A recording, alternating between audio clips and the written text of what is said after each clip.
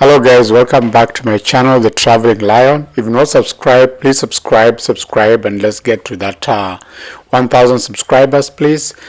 Today we are doing fencing of the Multimillion Village project, this local vegetable project in the village. As you can see, we use the rope first of all to set the line straight, and then dig in, and then place the poles. We actually bought some poles, and the poles you can see from a distance, on top of the roof tank, elevated tank. You can see the spot right there next to those bricks. So we bought the posts, and the posts will be put around all that area, and then transplanting has been done a little bit, but more transplanting needs to be done, and then the weeding also completed. Like the weeds separated from the seedlings, and of course prevent chicken from accessing it. Chicken, especially chicken, goats, etc., and sheep, because they feed on those vegetables like crazy if the fence is not there. So probably that's why the transplanting has not fully been done, but it will be done in the next couple of weeks or so, because the seedlings were still small, although due to the rain there's been like overgrowing of the weeds. So the weeds need to be separated from the crops, from the seedlings. Then the seedlings are transplanted. Of course, there's been a lot of rain in the village, and April normally is a month of rain, but when it comes to May, the rain normally subsides. And this time the rain has subsided a little bit, but there's still a lot of rain, so to speak, and therefore the weeds have actually outgrown, more or less outgrown the crops.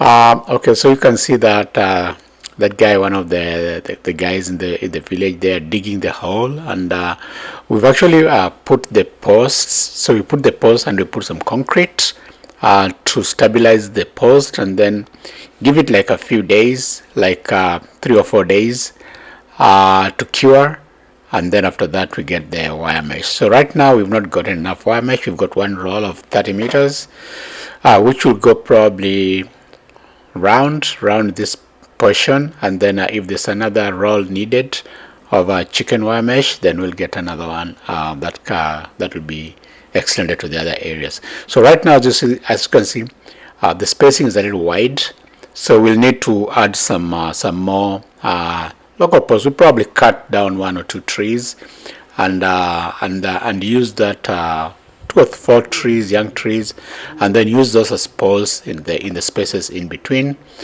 so that the distance between each pole is not that big.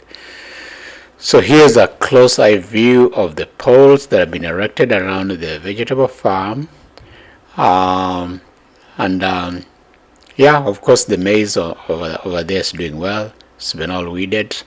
But now the vegetable farm, if you look at slightly on your left where the nursery is like the seedlings have all grown and they're all together. There's some weeds there too, and that's a tree, sorry. But a little to your left, there's some weeds among the there's another pole. There's some weeds among the seedlings, which need to be removed. It's so difficult to separate the small seedlings from the weeds because they look alike. But that will be done in due course, and the seedlings will all be transplanted hopefully in the next 2 weeks, and the place all weeded up and ready for just irrigation.